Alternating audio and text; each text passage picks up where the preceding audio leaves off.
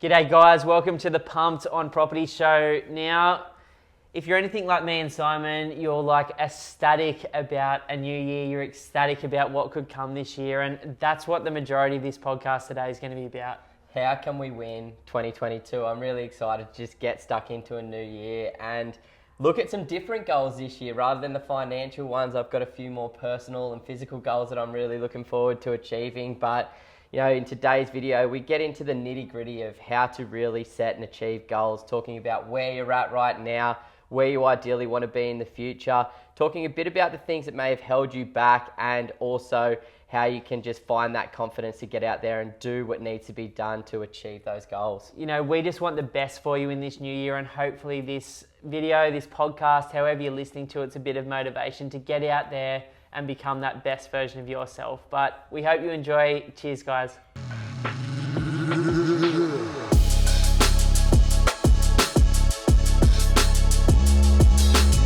I'm on a winning streak. Yeah, baby.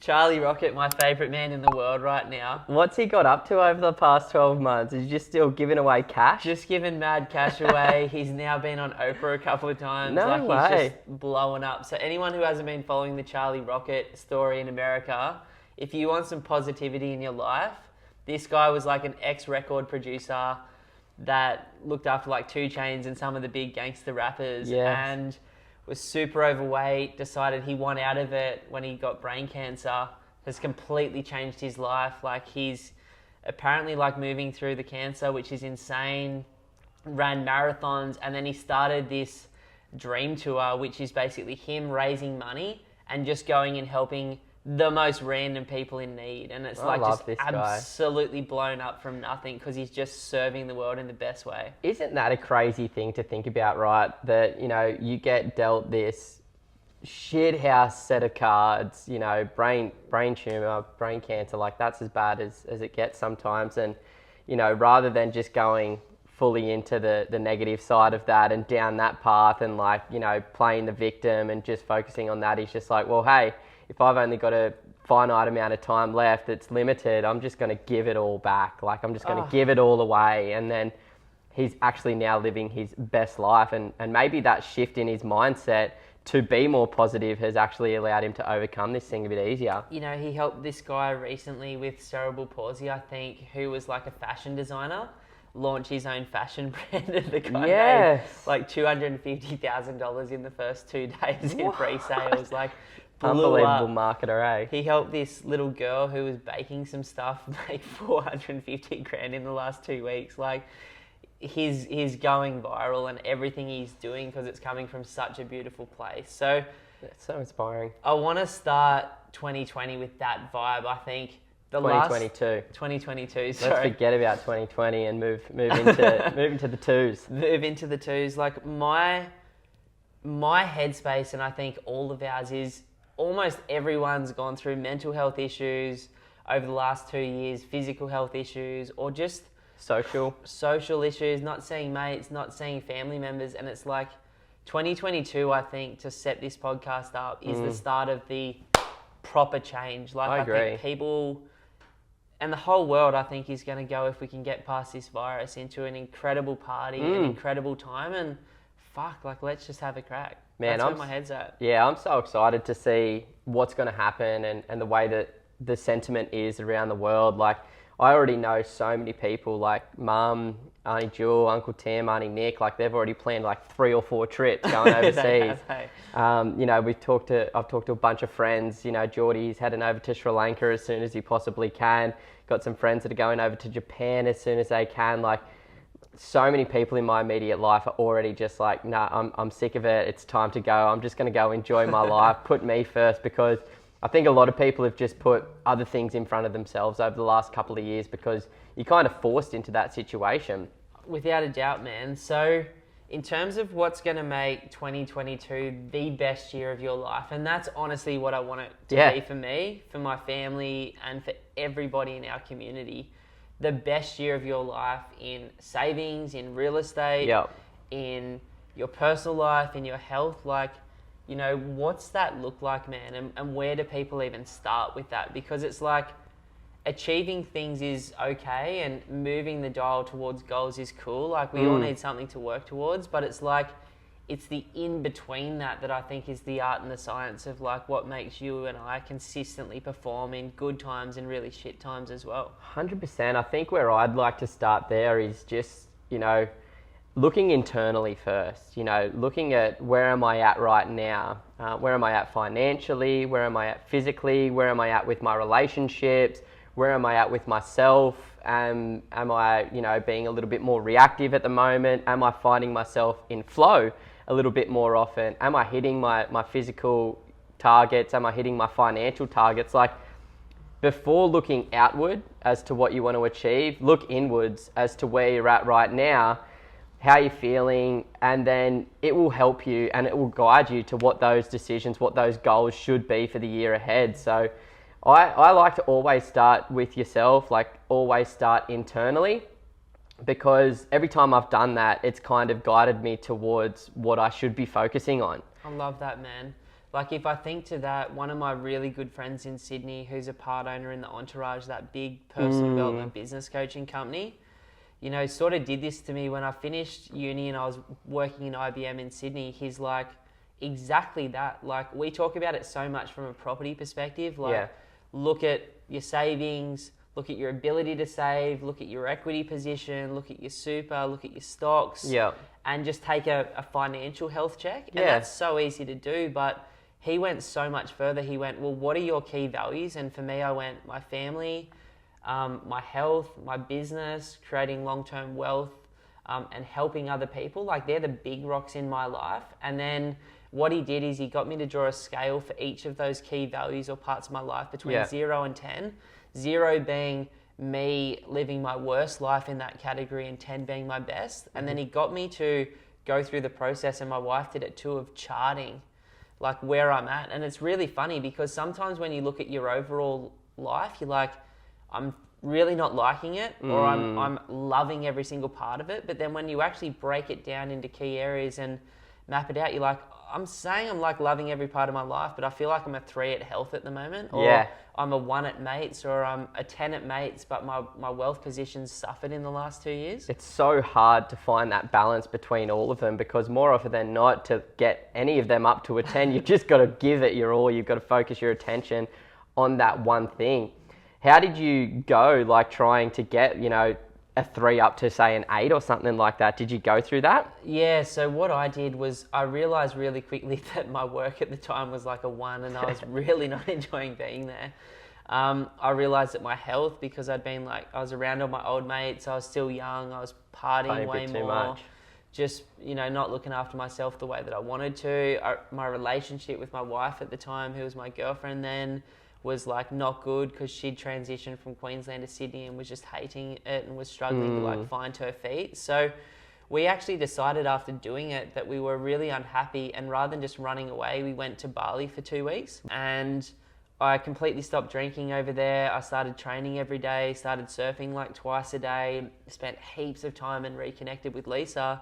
And by the end of the trip, we both decided to leave Sydney again, move back to Queensland. We had no idea what was next, but we're putting who we're supposed to be first, like you were saying before, versus what everybody else is saying. And all of my mentors are like, stay in IBM, you would be an absolute idiot to leave at that stage of your career so early. And I'm like, I'm not feeling it. It just doesn't feel right. And that's important, because society has these expectations, and we've been told to do certain things or to value certain things, but I know that they twist me internally a lot. Like, when I start looking and comparing myself to other people and their idea of success or happiness or whatever it might be, it doesn't feel right. And that's why I think looking internally is so important, because this is an individual experience. We all have different things that motivate us, that drive us, that make us happy, that make us sad. And until you figure that out, you're just going to keep, it's like the rat race, you're on the hamster wheel just going round and round and round, and before you know it, you're blinking and you're old. 100%. It's like, I love that you guys just recognize that, and rather than just,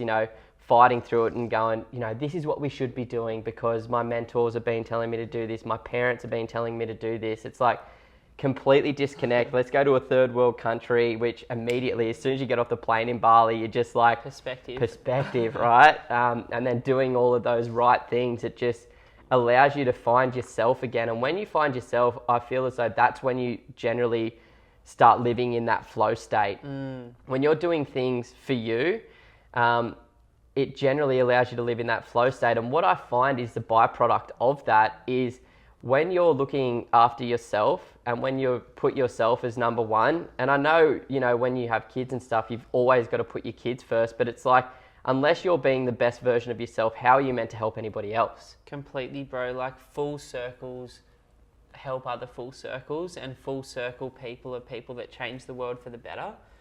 You know, I don't think any parent can look after their children properly if they're not looking after themselves and being a little bit selfish. And I've got friends that are just like, kids are number 1, 2, 3, 4, and 50. Yeah. And it's like, but most of those guys never looked after themselves or knew who they were before kids anyway. Like, they're just using the kids as like I just don't have to really show up in any part of my life. And it's like, I know that's really brutal and selfish to say, because I know there's a lot of parents out there like, fuck you, man, like, everyone, I'm just doing everything I can for these people. I'm like, well, what about if you did everything you could for them, but everything you could for yourself? Yeah. And I think 2022 needs to be that year. It's like, in terms of the first step, like, identifying where you are. Yeah. And from a property perspective, like, really look at where you are and go, well, there's only 2 places, as we've talked about before, where you are. You're either saving or buying, or there's a third actually, and you're paying off debt. Yeah. So it's like, which one of those 3 categories are you sitting in?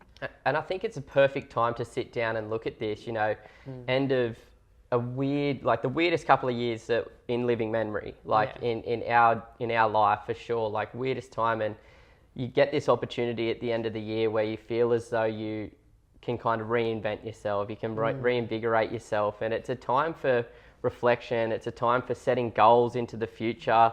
So it's like, find that time, prioritize that time to sit down and look at yourself and address all of these things and figure out, where am I at in my journey right now? And, you know, do exactly what you and Lise did, like write down all of these different things, put it on a scale from 1 to 10, and then that's going to guide you to where you should be focusing your attention. And if it's just like, okay, I've had a really good year, like I've got my home that we've just got $200,000 in equity over the past 12 months, you know, it's like, good year. Yeah, property side of things are on track. And then you can kind of go, all right, well now, you know, I might be in a position to actually do something this year. That's 100% right, man. Like, people all over Australia that own property or investments have done really well. Most people would be in a position to consider their next step being saving, buying again, or paying off debt. So it's just like figuring out where you are right now as a stock take. And then I'm not the most reflective person, but I'm highly reflective at certain times of the year. I find around my birthday and around Christmas/New Year's Eve, my mind is always like, it's just like, it's very like sentimental, those moments for me personally. For sure. And so I go, well, where am I? What is working for me and what's not? Like, what can I clear or let go of? And where do I want to reset myself up towards? And, you know, as we're getting closer to Christmas, this stuff's coming up more and more for me. Like, same as yourself, bro, like being so business focused, which has been brilliant, helping other people, plus also being so property focused, like that area of my life has been going good. And, you know, health has been a major priority in the last couple of months. So that's starting to like really feel good again. But it's like, I've probably neglected some of the relationships in my life, plus with my kids and Lisa. And it's like, to, you know, not overcompensate, because I want to keep more balance in the new year. It's like, cool, maybe the new year's a bit of doubling down on those important things, like getting home at a consistent time every day, like working consistent days of the week for them, and just getting away in the caravan a bit more and having a bit more fun. I feel as though I'm at the exact same place as well. You know, I had to, like, naturally, and I understand the sacrifice that you need to make, and I think that's an important to talk about as to how to win. It's like consistency, sacrifice, commitment. Like, they're 3 things that you just need if you want to achieve anything. And it's like, to become great or even just above average at anything, you generally need to, you know, spend a fair bit of time on that. So, you know, I've really wanted to set myself up long term at an early age, and I was willing to make the necessary sacrifices to do so. But the other sacrifice that I had to make was, I cut a few people out of my life. Whilst I still do catch up with people, sometimes the quality of that time wasn't as good. Yeah. It was just like, yeah, cool, we're hanging Checking out in. for a real quick, lunch or a beer down the beach or something like that. And, I feel as though like what we did the other weekend where we went down to the Goldie with you, me and Jax, 2.5 hour drive down there in the car with one another, 2 nights, 2 days down on the Gold Coast, catching up, cooking together, eating together, training together, having that, So like, it was refreshing, quality hey? time, right? Yeah. And it's like, that's what I want to get back to as well, to rebuild those relationships, because, community and connection is everything. Like, that's what's probably going to make me live longer, is if I've got like a good community of people that I love and that love me back in my Definitely. life. So, and I think my number one love language as well, like if anybody is interested in that sort of stuff, I certainly am. Figuring out your love language is important, and quality time is the number one thing to me. Yeah. I've been like spending a lot of time with Tay, obviously. It was a massive year getting engaged and things like that. So that was my 100% focus. But, it's not, you can't just have one person in your life, right? You need to have Sure. a family, you need to have friends, you need to have a community, and you need to have different people there for different things as well. I love that, bro. Like, I've heard you talk about that a lot this year, and I feel the same way. And so, step one is taking stock on where we're at. Taking stock. For me, I'm doing that really seriously. Like, I feel like as a business, we've been doing better and better and better work, but you and I both want to help people and help more people in the new year. Like, we'll be ready to take on more strategy sessions. We'll be able to take on a couple of extra clients a month, which would be cool. So And excited. also we'll be able to serve people better through like doing better content. Yeah. Through also like giving back. Like, that's a big part of where you and I are both at. If we can get the business to a point where it's, like making a tiny bit of extra money, then like we want to be Giving that partnering with away. 2 charities in the new year and doing that. And that feels like something that I'm called to do right now. Yeah. And longer term, I'll have time back and I'll be able to give that time. So step one's like where you are. I guess being like, super honest. I guess talking to that as well, where you're at, like obviously you and I are at a bit of a different stage there, but let's just have an exercise here. Let's say that you look at where you're at right now and you're thinking that you're ready to buy a property. Yeah, so, that is most of the people listening to us. And Yeah. honestly, at some point in the year, it'd probably be me again as well. I agree. So it's just like, that stage is simple. Like, where are you financially right now? What savings do you have? What equity do you have? What ability do you save on a weekly basis? What are the fixed costs in your life looking like? And what are the variable or lifestyle costs? And how can you like pinch them in a little bit to make your dream or your goal of owning the next property or financial freedom come forward? And then, simple, go talk to the broker, right? Yep. What can you potentially borrow? Are you in a position next year with the recent changes to borrow money, or is it a sitting on the fence watching type year and saving your ass off until you get to where you want to be? Yeah, and I like having that idea, and you don't even need to go see a mortgage broker at that point. Like, it's obviously good, but to go through that process with somebody that knows your personal situation. But you can always just look at some online calculators, because I feel as though like the next step that we're about to talk about in terms of how to win your year, it's really good to have a realistic number, because somebody might only be in a position where they can service $500,000 purchase. Another person could get $2 million. So it's really important to know where you sit there, because that's going to dictate the next step, which is looking into the future, looking into where do I want to be in the future, both short and long term. 99.9% of the people that I meet are very, very, very clear on their next step. So that's their short-term goal. In terms of the second step for having an incredible year, it's identifying what you want in the next 12 months. Yeah. Do you want to own a property, or do you want to pay off debt? What type of relationships do you want? What type of lifestyle? What types of holidays? Like, really sort of mapping that stuff out a bit more. Yeah. And it doesn't have to be like an anxiety-driven exercise of like, I've got to load my year up. It's more like, what would bring me massive, massive joy this year? And if it's a financial step, it's like, for me, next year is about paying off some debt.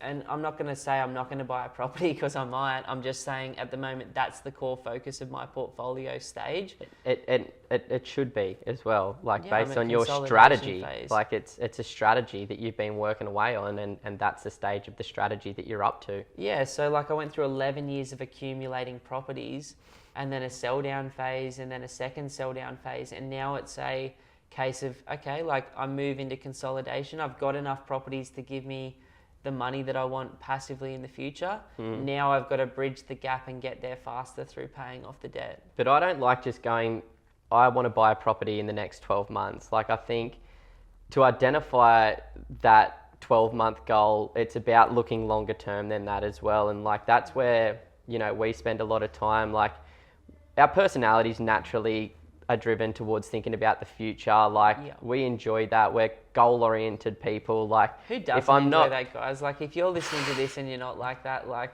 you're not doing much. Like I know every person in this community is like, fuck yeah, my life's going to be better down the line. And that's why they're vibing on what we're doing. 100%. And it's just like, it takes a lot of the pressure off when you truly know where you want to be in the future as well. Like I've got no intention on, you know, having the high life. Like I just want to have good choices. I want to be able to send my kids to good schools. I want to be able to go on regular holidays. But I don't need to go to Bora Bora and the Maldives all the time. Like, you know, a little trip down to the snow at Jindabyne is fine, or a little surf trip, you know, somewhere down to the Melbourne wave pool, or, you know, hopefully one is opening up here on the sunny coast. One about some of those left-hand barrels at the Melbourne wave pool. Crago, if you're listening, mate, speed up the sunny coast project, thanks.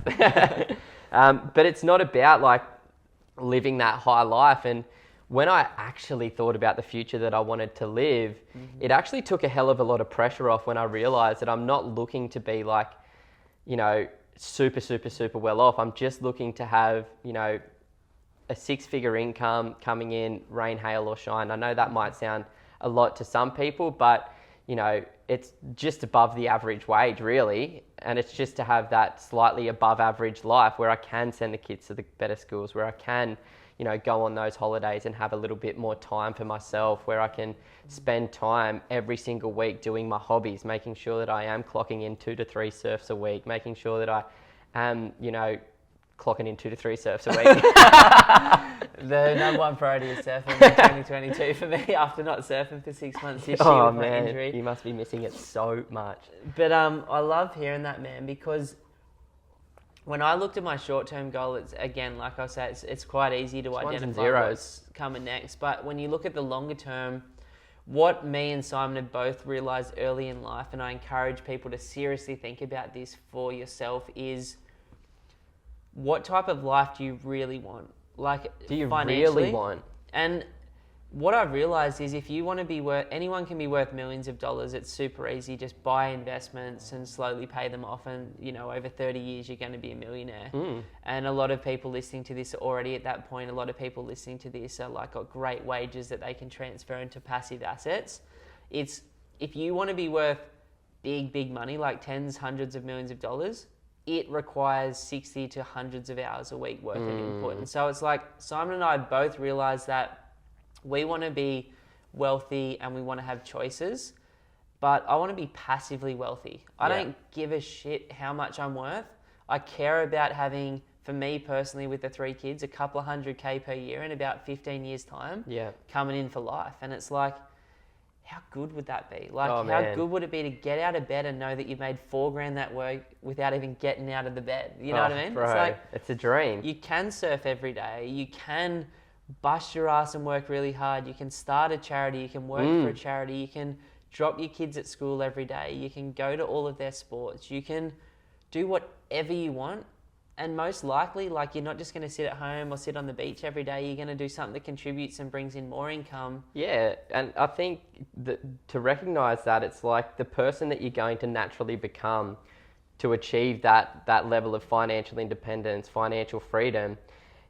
You're 100% right. You're not just going to want to sit back and chill out. Like, you're going to want to live with some purpose. You're going to want to continue adding value, but it's going to be out of choice, not by force. So you're going to be able to choose to work in the occupation that you want to work in, you know, or whatever it is that you want to do. But it's like, you're going to want to definitely be giving back. You're going to want to be living with some form of purpose, and you're still going to have that time, right? Like you're still going to be able to take, maybe 6 weeks a year off if you want, maybe even more. You're probably going to be able to get your work week down to at least 4 days per week at that point in time as well.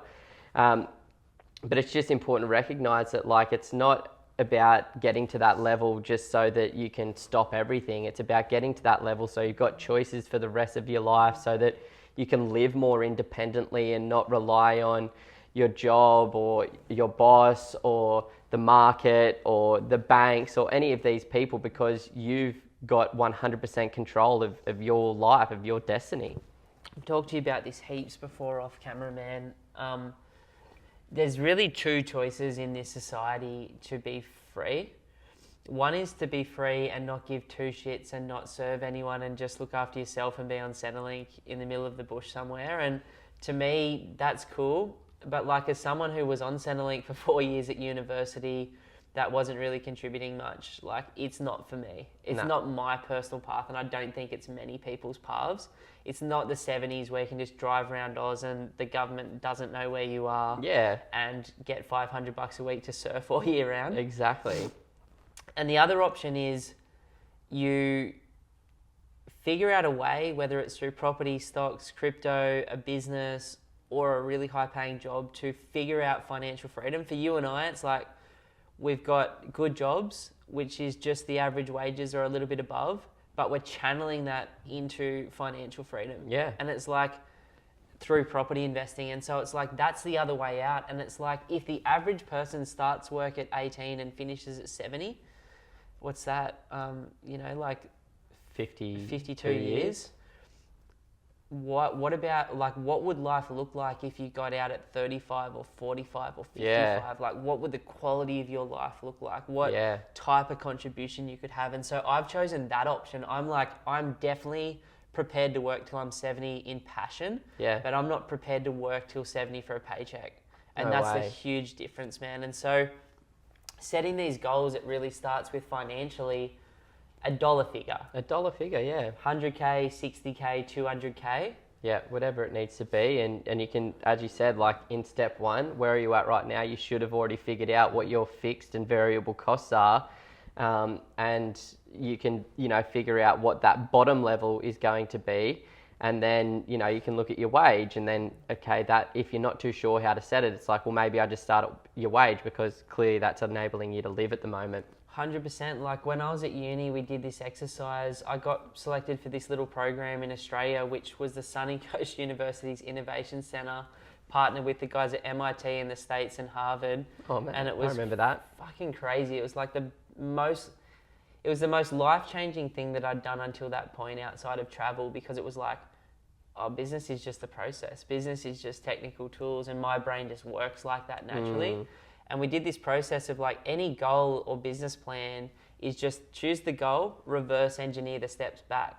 Now, when I said 99% of people that we speak to don't have that plan, firstly, they just haven't clearly defined the goal, and then they haven't thought about what happens first, second, third, fourth, fifth. And really, there's only 3 stages to this. It's like buy the properties that the rent will make you financially free, pay them off, and then choose what you want to do next at that point. And it's like, it's no harder than that. We call it accumulation, consolidation, freedom stages. I'm in consolidation now, but 99.9% of our clients are in accumulation because they don't have rent that's going to give them 200 grand a year in 15 years time yet, or they don't have rent that's going to give them 60K. So that's their next step. And if that's what you're looking down the barrel of in 2022, which by the way is the funnest stage by far. 100%. Saving, investing is that fun. Yeah, it's the best part for sure. After you've got into the step. first one, it's just hell fun from there. Like the first one is a grind because you've got to set the savings and budgeting habits, and you've got to stick to it for a long period of time. And generally you're earning the lowest amount of money that you're going to be earning throughout that period as well. So getting to the first one's the most challenging. Getting from that first to the next one generally is a little bit easier, especially if you identify the right market at the right time and you're, purchasing quite well. But that's 100% the funnest time. But then the part that we're at now is definitely the most boring, but it actually gives us time to focus on these other things. You know, Without doubt. I had to sacrifice, you had to sacrifice a lot in that accumulation phase, which you generally do. You've got to budget hard, you've got to save hard, and you've got to make tough decisions, which is signing that dotted line, committing to that 30-year mortgage. It's scary, and I remember like I was earning less than 50 grand a year for my first 3 properties. When people say that, like, and I swear to God, man, you're earning less No than wonder 80 there was a grand royal for your banking first commission. 3. Yeah, well, I mean, yeah. These banks at the first start of a cycle, we all know now, just give money away for free to re-stimulate the economy. So they're much looser at that stage than they are now. Yeah. And they will be again. But, you know, it's a process. I was watching some old school Conor McGregor stuff on the way in this morning, not the fighting, but just the motivation. Yeah, and mindset like stuff. And he's just like, it's just hard work at the start. Hard work. There's no way around it, guys. You're trying to figure out the plan. You're trying to figure out the goal. You're trying to figure out the process, the team. You're trying to do the saving. You're trying to work. It's not happening as quickly as you want it to be. The results aren't there yet. You don't know what you don't know. You don't know who to listen to or follow. You're earning less money. You don't know whether to do it on your own or with professional support. Like, there's just a lot of micro decisions, which, you know, honestly took me 7 or 8 years to figure out. But the best thing that I've experienced, and I've talked about this a lot recently, is just loving that part of the process. Like, loving the challenge. Like, you're not going to achieve anything in your life unless you're challenging yourself, unless you're taking yourself outside of your comfort zone. You know, that is where the most growth happens. So, like, that's an opportunity. And, like, life's hard. Financial freedom is going to be hard to achieve. Like, that's why, if it were easy, everybody would have it, right? Everybody would be there, but it's not easy. And we're not there yet either. And it has been a tough journey, and it's going to continue being a tough journey. But changing your mindset around those challenges and those obstacles that you've got to overcome, to looking at them as an opportunity to grow, to become a better version of yourself, to gain more experience in life, which is going to help you first. But then there's the compound effect of that, because then you've got that knowledge and you can tell your community of like-minded people, then they get to learn. You'll be able to pass that information and those assets onto your children, your grandchildren in the future, and create generational wealth. So there's such a bigger impact. Like, I was talking to Imran yesterday, our favorite client, one of our favorite clients. We've got a lot of favorite clients. We do. We always talk about him. But I hadn't talked to Imran in like over 6 months, and he's just about to come around and buy his second property in Brisbane, third property in his portfolio. He's really clear with his goals, but, you know, he works in the outback. He was a sheep shearer, and he was basically saying that, like, he goes to all of these different little towns and he gets chatting to the boys and he's telling them about, you know, what he's been up to and what his goals are and things like that. And then he actually is now becoming the person that people are coming to ask about property investing. Josh Davo, also one of my best mates from Sydney, same situation. You know, he's been listening to the podcast for a while. He's, you know, been super active investor for the last few years. He just works for Ausgrid down in Sydney as an electrician, and now his mates down there are coming to him to ask for advice. So it's like really cool when you can get to that stage, but it's like in the beginning you're just going to be keeping your head above water. You know, you're just going to be doing everything that you can, but then there's going to be a time where you become the expert in your community of like-minded people, and it becomes less about yourself and more about what you can do for other people as well. And that's the most exciting part to me. I love that, man. Like, I think about you with your mates. Like, you've helped Max, Davo, LT, like countless other people from Sydney, like absolute legends. Like, and then same within my group of mates, like all of our combined friends on the Sunshine Coast are like into it now. And it's like, it's not that they necessarily like love property like Simon and I do. Like, I genuinely just, I love bricks and mortar. Like, I love renovating, building. I love buying. I love, man, seeing $1 of passive income is like heroin for me. Like, as bad as that is to say, I don't know what heroin's like. I've never taken it. But it's like, I feel like it's just like, oh my God, like I didn't have to work and I made that money. Yeah. Double down, baby. Like, Yeah. and I'm so grateful. Like, with my second property, I got a taste of that really soon. And so I'm like, so I can not work and my bank account will grow. And like, grow, give yeah. me more of that. And then it's like that plus the capital growth that you get And if then you're it's a like, smart investor too. Shit, this property was worth 400, now it's worth 500 or 800. It's like, I talked to a dude yesterday, Thomas, who's an absolute ledge, from somewhere in Scandinavia, and he's a like, he works with people in couples therapy, like, and he's come back around after not working with us since 2015 or 16, like, and I'm like, how's your property going, mate? And he's like, I just got it revalued. We paid $450 for it. It's just been revalued at $680. And he's like, and I'm like, how's the rent going? It started at $380. It's now at $550. And he's like, I'm laughing, man. He's like, it's passive. I've got the equity. That property's buying this next one. Let's try and do the same thing. And I'm like, trying, the key word. Like, we never know what's going to happen, but we're trying to buy shit that in 30 years' time, someone else is going to want to rent and buy from us. Yeah, exactly. And there's fundamentals that you can follow as well when you dive into the research, but you got to start there with the longer term plan. You know, you need to understand exactly what dollar figure you're going to be happy with today. And I can guarantee that's going to change in 5 or 10 years' time, but that's completely cool because you're going to change over that time. But if you've just got to have a line in the sand at the beginning, so you've got something to commit to, something to start working towards. Which for everyone listening should be 100K. I don't care if you're earning $1 million like half our clients are, or 200K or 50K.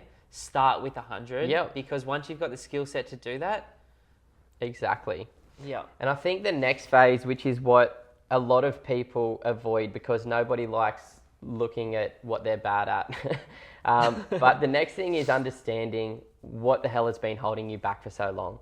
You know, why haven't you done anything yet? Why haven't I been able to commit to it? Now, it might be as simple as I just don't have the savings. I don't have the serviceability. That's a lot of people, and that's completely cool. Can I interject here, man, and do this a different way? 100%. Can I say, before you bought your first property, because you were so young, like, you know, 24, I think, 25, yeah. What was holding you back at that point? Like, because sometimes it's like, oh, cool, like, these are the average things that hold people back, but let's talk about what actually held us both back from doing it at the start. Yeah, well, in the beginning for me, it was as simple as income and savings. Before that, I didn't even know about real estate investing. So I guess that was the first thing that held me back. I did not know about investing at all. I didn't know that I could buy a property and over 15 years it will likely double in value, and I can have tenants in the property that will pay down the mortgage. And if I do it smart, maybe those tenants will pay back all of the costs in to hold that property. So it's like, I didn't know that was a reality. So the first thing was just lack of knowledge, without a doubt, like lack of knowledge. Then once I knew that this was a reality, it was about, you know, finding the job. So when I first found out about investing, the penny dropped when I read Rich Dad Poor Dad. That was the first thing that made me realize that investing is this thing that is bigger than everything and should be more important than any other, like more important than your job, more important than, you know, most financial things in your life. When you say that, it is more important than your job, because it's the thing that gets you out of your job 30 years before everyone else. Yeah. So that sort of made the penny drop. But once I was there, I was still at university. I was still working in retail as a casual employee, and, you know, barely scraping by. Like, I had debt. I was in credit card debt at that point in time. So there was no way that I could do anything. But then moving to... You away those debts with mum and dad yet, or what? Or are you just chalking them off as like, sorry, dad? It can go towards the wedding. I'm pretty sure he paid for most of that uni degree, though. He doesn't even know about it. It's like an accounting thing for him, because, such a funny story. But yeah, basically dad paid for my uni, hey. Best to be the fourth child. But yeah, and then I got a job, and I'm like, okay, cool. Now that I've got the serviceability, like a bank will lend me money because I've got the income to repay the mortgage, I needed to then save away. So then it was just about building up that savings. So like for anybody that's young and it's at the beginning of their journey, they're probably going to be there. I remember you coming to me, man, and going, hey, I've got like your savings. You were like just so focused, man. It was so inspiring at the time for me, because I was like, you'd been I there, was done just that, and it's hijacking just like, your like motivation Yeah. at that time. but it's just like reliving it as well. I was like, this is just so exciting. And then you're like, dude, I've got enough. I'm going to buy a brand new mountain bike. I know. And I remember when I got to the same point before I bought my first property, but I didn't have someone go, hey, I don't think you should. So I just blew it on, I fully blew the Trip. entire deposit on a trip to America with one of my mates. I'm like, I'd been living on $300 a week for so long at uni. And I had like 10 or 12 grand in my bank or 15 grand, and I like spent it in 10 days in America. It's a had weird, the funnest time. it's a weird thing, isn't it? Because like that was the first time in my life where I had more than like 30 grand to my name, and I was like, like at that time in my life, I felt as though like this could buy me anything. And it could. And you know that's a challenging thing, and I find a lot of people do that as well. A lot of my mates, you know, self-sabotage like that, and they get to a point where they've earned a good amount of money and they've got a good amount of savings where they could do something really positive for their future, but you know, with that lack of experience and lack of support and mentoring, it's like you just accidentally sometimes make the wrong decision. Yeah, like, and it's okay, but I think the thing in point 2 that really helps, what's your next step and what's your longer term goal, and then the goal needs to be strong enough to pull you through that stuff. Yeah. But, you know, like in terms of other things that have held me back, definitely fear at different stages of the market cycle. Like, it's not comfortable when markets are going down. No. And honestly, like half the time markets go down. Yeah. If you look at the long-term history of any major city in the world, almost half the time it's flat or backwards. Luckily, the big backwards breaks only occur, you know, less regularly, like once every 7 to 10 years or once every 20 years, so you don't notice them as much. But it's not always like roses, and that's scary for me. Yeah, especially when you've worked so hard to do that. It's like you're trading 40 hours a week, you're sacrificing, you know, having those nice material things, or like going on that nicer holiday. Like you're sacrificing so much, and then the last thing that you want to do is waste that money that you've worked so hard for and sacrificed so much for. I love hearing that, because that's so important. Like that's another one. Like I'm really lucky personally that like I can just delay my gratification so long. Yeah. You know, like I think they did that test on kids, and it's like there's a, you know, an electric shock. It's like the kid knows they're going to get an electric shock, but if they get one, they can eat the cake now. If they don't get one, they can eat it after the experiment. And it's like, I'm a kid that could just wait it out, like for what I want. Like I would eat the worst part of my dinner first. I still do. And eat the best part last. And it's like, that's a temperament thing where like my wife is just straight into like her favorite bit, and then like if anything's going to be left over, it's the other stuff.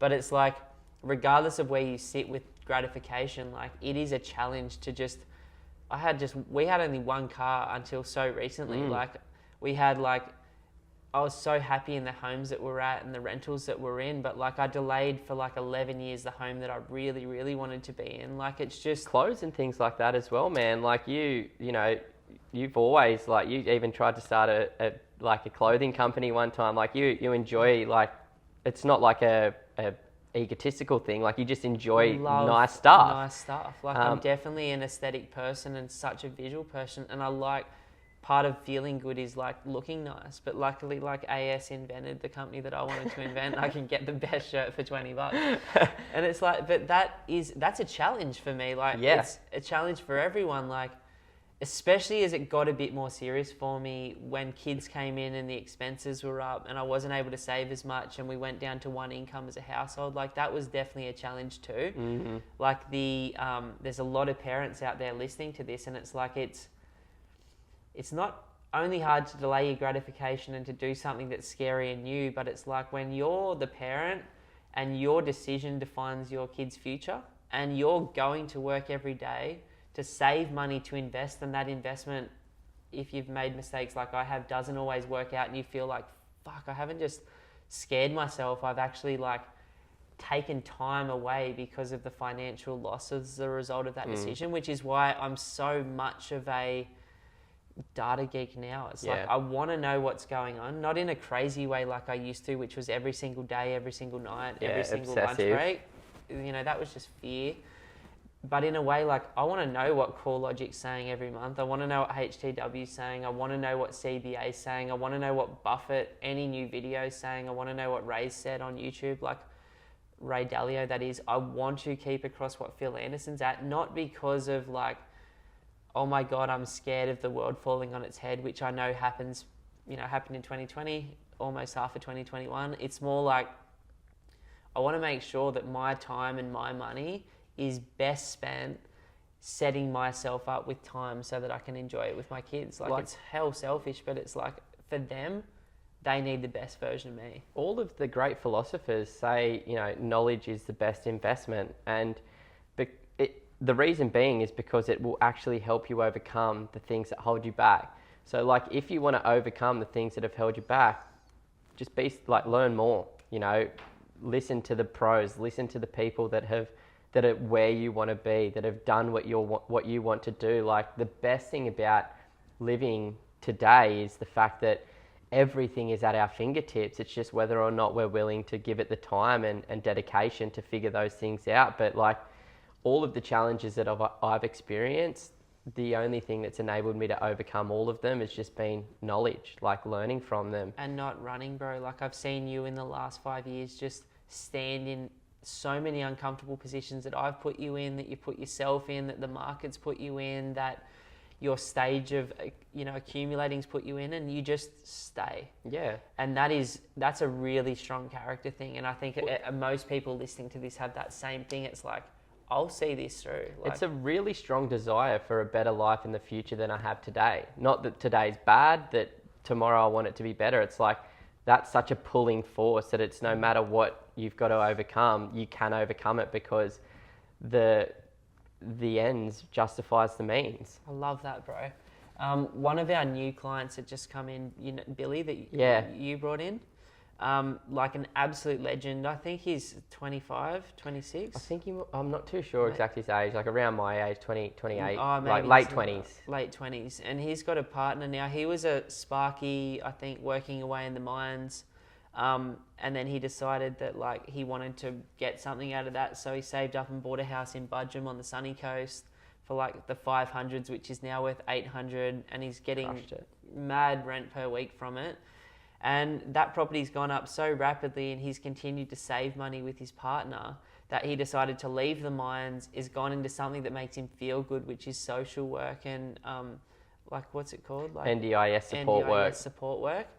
And now he's like living his passion. He's working less, but him and his partner have decided to like use the equity plus their wages to buy another property, which we're helping them do in Brisbane at the moment. Even though he's up here, he just knew he didn't have that local market knowledge, which is another key challenge and a reason we've got a business. And this guy, like he said, he got a knockback last week from his broker. He thought he could borrow 530K with these changes to APRA in the last month, plus the interest rate jumping a bit. He can only borrow 480. And he said his head immediately went back to the way that he was brought up, which is like dirt down the hole. And what I loved is when I spoke to him yesterday, and I know you spoke to him on Friday, to like just go, hey bro, it's cool. Like, it's all good. Don't stress. Doesn't like change that's a why thing. we're here.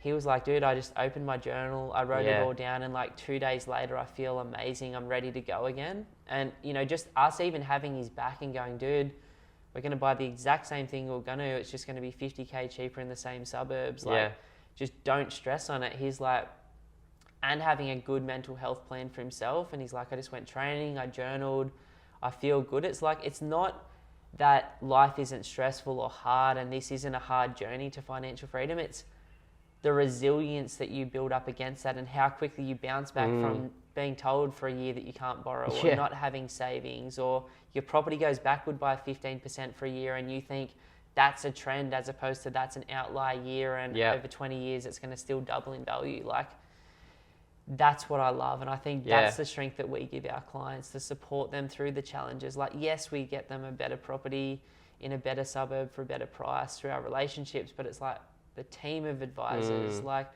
not a plan, but a series of ideas and some market education and just like an immediate mentor or coach that can just have their back when they're freaking the fuck out and no one else in their life can stand in the storm with them because they haven't gone through it already. No, that's so true. And it's like, awareness is a good way to overcome your challenges. Like, you need to be aware of what's holding you back to overcome it. But having a world-class team supporting you is just as important. Like, there's no chance in hell that I would have been able to do what I've done over the last 5 years without you, without Hannah, without Paul, without Paula. Like, all of these people in my life that have, helped me bounce ideas off one another, helped me come back down to earth when I've been freaking out and spending too much time in my head. Like, there's no chance I would have been able to do what I've done without like that world-class team supporting you. And that's what a lot of people lack. Like, people lack that mentor and coach. People lack that community of like-minded people, especially in Australia. Like, people don't like talking about their successes. It's not common. So it's a tough one, right? Like, when you don't have that support, and it's like, had Billy have been doing it by himself, that one thing may have held him back from committing to something.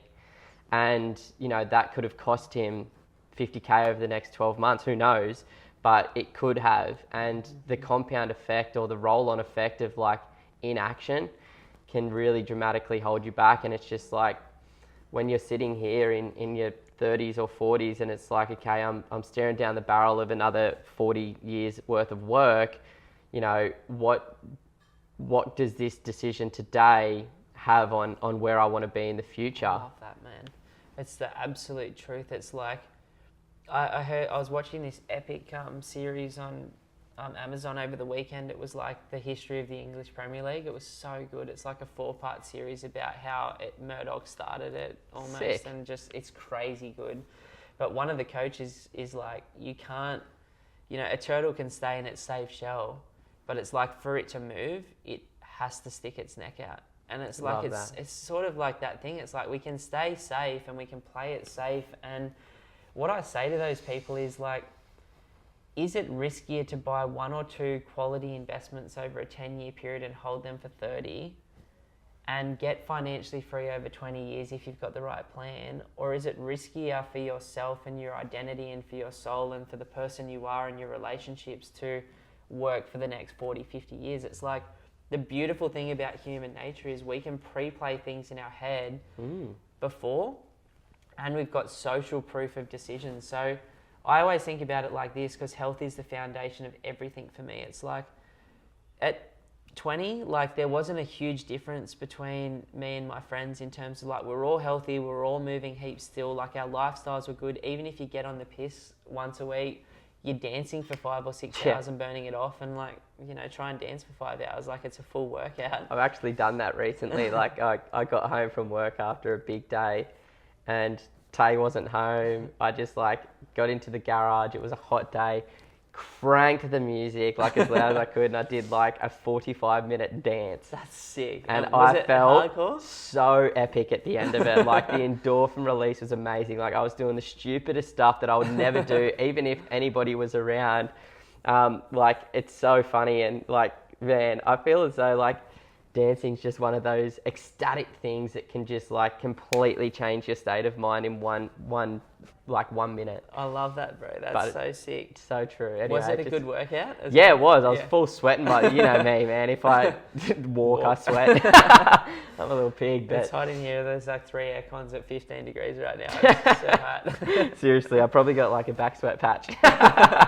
But no, it was a great workout. I felt amazing about myself, just like being silly and letting loose and things like that. Anyway, tangent. I love that, but man, like, because life's a tangent, and like, that's a challenge. Like, as people go through the tangent, it's like, this is different. It's like, no, this is how it's supposed to be. But like, in terms of what happened, like now at like, I'm 36 and I'm hanging out with my mates, and I'm like, some of them have not moved since they were dancing, like on the piss. So it's like, so sad. I can see the compound effect of that decision, and then it's like, I can see the compound decision of people that don't invest in their careers outside of their work through like podcasts, through books, through YouTube videos, through like emails. And I can see people that haven't invested in relationships over that period of time and like what their circle's looking like. And I can see what, all of those things look like. And I can see the financial decisions that friends have made where they've like it's not on the radar, even though they've been in the exact same position as you and I for the same period of time.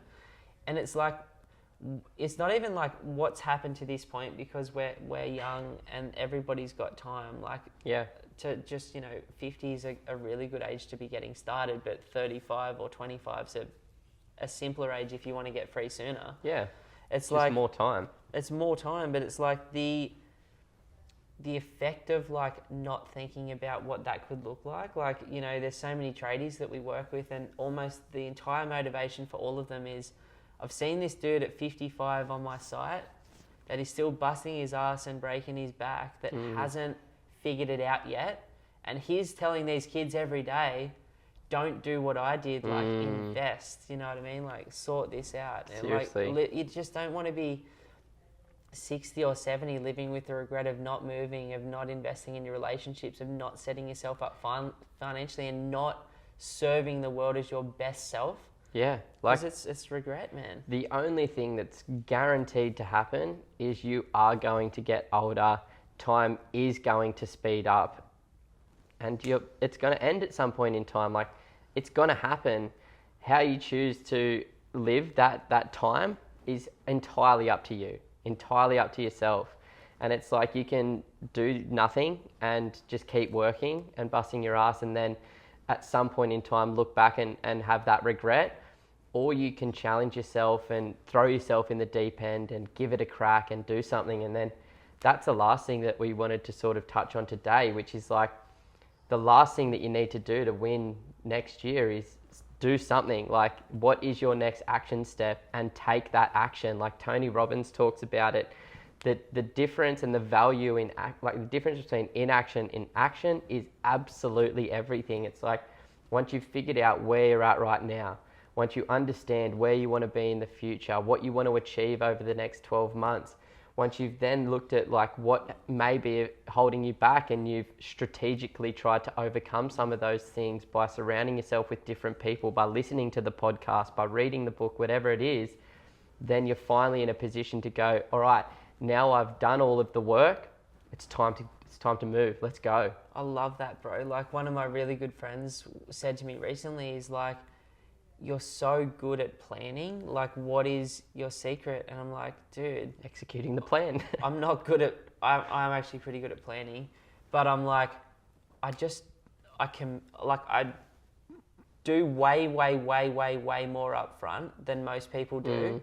And then once I've made the decision, I'm all in. And if I think something is changed to make the decision like not the right one, or to make a better decision, I'll pivot. Yeah. It's like, I'm not better at planning than you, man. I'm just an action taker, and I consistently take the action towards where I want to be. And the reason I can do that is because of part two. Like, I know undoubtedly that I want 200 grand a year of passive income by the age of 45. And I know exactly what I have to do next to get it. And I know why I want it. And that is because I want to fucking live the best second half of my life. I want to contribute to the world in the best way. I want to help inspire young people. Like, I want to help kids figure this shit out. Like, I want to spend time with my family and travel. And you will.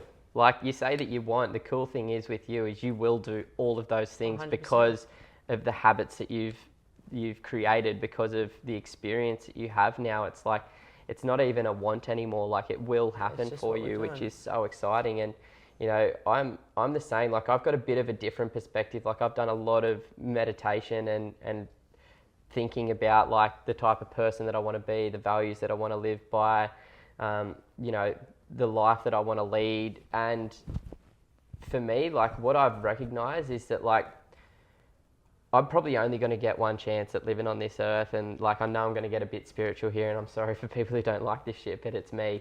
And I'm going to be honest, like, I look at this life and I'm like, if I only get one chance at living this life, I want to live this life to its fullest, to its like full potential. I want to experience everything.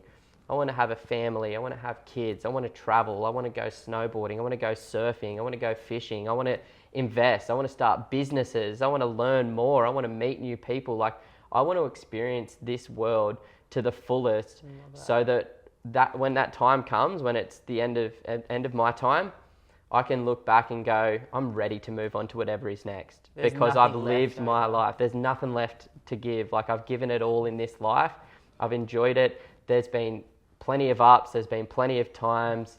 But, you know, I'm hoping that it's that, like, exponential curve where it, like, just consistently gets better and those, like, challenges become less and less. But I think that shift that I've had in the last 6 months of the, you know, challenges are opportunity, not challenges. It's like, that's the biggest thing that's changed for me. But I want to experience it all. I want to have it all. I want to do it all because, like, I know that I've got control of that. And if I've got control of it, like, let's go. Like, that's the thing, guys. In 2022, like, why not? Like, why not just make it a yes year for you? Like, why not fucking go for exactly how you're supposed to be living? Why not sort out the relationship stuff, the health stuff, the business stuff, the job stuff, the investment stuff? Like, why not just actually choose to be you is where we're trying to get to. With everything that this journey has taught me in terms of the financial side, if you are already a half decent person and you actually give a shit about other people, it will enable you to become more of that. You know what I mean? Like, if that's where you want to be, like, to have your time back for the people that you care about, to do the most meaningful things in your life, this is the ticket out. And like, I'm just so clear on that like, there are hard days that we have in this business. There's hard days that we have as individuals. There's hard weeks sometimes. There's really hard markets that we go through as investors and, like, challenges. But it's like, when you're getting pulled through so clearly because it's who you're supposed to be and you're living, like, a close to authentic life 5 out of 7 days or 7 hopefully out of 7 days, like, when the decisions that you make aren't decisions, they're just you expressing your values in decision form, there's no effort. Like, and when we're both in that space, like, anything you want can happen. And it's and knowing that I get personally, like, bumped off that regularly, and it's just like, cool, I'm off again. But it's like, I know how to hop back on, and it's not like going down this huge hole. And for those of you that suffer those, like, mental ups and downs, like, just know that, like, you can still express your values and have a fucking pretty fantastic life, even with those ups and downs. And I think, like, it's important to recognize, and we talk about this all the time, like, if you get bumped off, like, don't let that ruin the rest of that day, the rest of that week, the rest of that month. It's like, we as human beings have a biological, I don't know what it is, but predisposition to just, like, focusing on the negative instead of the positive. And it's like, one bad thing can happen in somebody's day and it ruins their day. It's like, I love those things that you see. It's like, I don't know how many seconds you have in a day. I think it's like 10,000 and something. It's like, don't let one of those seconds ruin the other 10,000. Like, just if you get bumped off your course, and this is why I recommend meditation to everybody, and how much it's helped all of us, like, so crazy. It, like, when you do get bumped off course, it's so much easier to be aware of that and then, you know, recorrect and come back on track. And like, the less time that you spend, you know, falling down that rabbit hole and, like, focusing on the things that don't really matter, it's like, that's, you know, holding you back from living your best life and being who you're truly meant to be. So, you know, try and focus on those things. Like, if your boss, you know, gives it to you, or your wife or your partner gives it to you, and you just, you know, living in it, and it's hard. It's just like, okay, let's try and recorrect. Like, let's get our shit back together and just continue moving forward, because it's going to happen. I'm laughing because, like, I was losing my shit at Simon and Crystal on Friday for no fucking reason. And I'm just like, oh man, I'm sorry. It happens, bro. We had a recorrection as well. But I do it to Tay all the time. Hey, it's like the tiniest little things seem to matter the most. And it's like, sometimes it just takes time, or somebody just, like, smacking you in the face and going, hey, come on, let's pull your shit back together. It's so funny you say that, because I was catching up with another friend over the weekend, and we were talking, and he was like, you know, I just feel like I meditate when I feel like I need to. And I'm like, man, I love that. But it's kind of like eating well when you're sick, or training when you're, like, overweight. It's like, it's not doing it when you feel like you need to, because when you feel like doing it, you're normally in a good headspace, or you're in a really bad one, and, you know, you're trying to fix it, which meditation can't do. It's not a Band-Aid. No. It's like, what rituals in 2022 do you want to carry into your life? Like, how do you want to live? And what is going to be, like, the non-negotiables. Like I've said this to a couple of people recently. Like a friend of mine's really big on this, and I'm a sort of black and white thinker anyway, so it probably suits my personality. I'm like, in most instances in life, everything's great, but in some things, like, it's a bit more like just you choosing who you want to be, and that's okay. Values like and just things like that. These are my, like, I just want to train, I just want to spend time with my family, and I just want to keep helping people while and I want to avoid these freedom. things. Like, I want to avoid that type of thing or that type of thing as well. And it's like, I know if I put myself in that environment, I'm not going to live in my best life again. Like, it's, you just understand what you should be focusing your time on, what you shouldn't be focusing your time on. And we're constantly reminded of those things because we're humans. We're going to make mistakes, and we're driven by emotion. So, like, you're going to make mistakes and you're going to repeat the things that you know aren't the best for you. But over time, you learn to just try and get them out of your life a little bit more. 100%, man. Like, one of the things that I love that you said this year, like through some of the like deeper meditation you're doing, is you decided the type of character you want to have. And like, I know my values, but I think character's becoming more important for me, because I've noticed as you've made those character goals of that, you know, you're a person that helps other people, for example, is one of your decisions, or that consistently shows up. Stays positive. You know, stays positive. It's like, I'm going to take that on board, because I find that, like, sometimes when I go through a hard time, the thing that makes me feel bad after it isn't what I did. It's more like, hey, I'm not that person, and I showed a character that isn't in alignment with how I see myself or how I want to be perceived by other people. And it's like... And then you fight yourself and it's not doing anything. Yeah, it's just like, instead of letting go of it, which is like the healthy thing to do, it's like beating yourself up versus going, hey, when things get a bit dire, my character is, I'll look at the bright side. And it's like, it's just a default reminder that, hey, like, that's cool, but this is how I'm choosing to be. I'm choosing to see the light. I'm choosing to see the glass half full. I love that, man. And, you know, I want to bring that into 2022 personally. Yeah. And I hope you guys have taken from this that this isn't rocket science. No. It is so easy, but it is so tricky to consistently look at yourself in the mirror and just be there. Yeah, and be happy with what you see and whatever it might show up. But I'm so excited for the year ahead, and I hope everybody can just move past the past and just, you know, let it be the past, and then, you know, look towards what you can change in the coming years or the coming months, and just move forward to being the best version of yourself and living your best life, because it's just going to draw more positive experiences towards you, more success, more freedom, more love, and all of those positive things. So, you know, I can't wait to talk to so many of you throughout this year on strategy sessions. You know, if you guys are at that phase where you've looked at where you're at right now, you've thought about where you want to be in the future, and you feel as though you are ready to take some action and you are ready to get in, you know, I'd love to dive into a little bit more detail here and dive in a little bit deeper about these few things that we've talked about today, and, you know, maybe help try and connect some of those dots if you are struggling to find the path yourself. And, you know, maybe we can partner up and potentially help you guys out if you are looking to purchase a property and just want that support, want that mentor and coach, want that ability to build your amazing team of advisors at a much more rapid rate than if you were to really go out there and try it alone. And, you know, let's just go out there and give 2022 our best crack and see how it all ends up at the end of it, hey? Hell yeah, bro. Like, I'm excited and super grateful and can't wait to catch up with you all as we move through this journey. Oh, sweaty. So sweaty.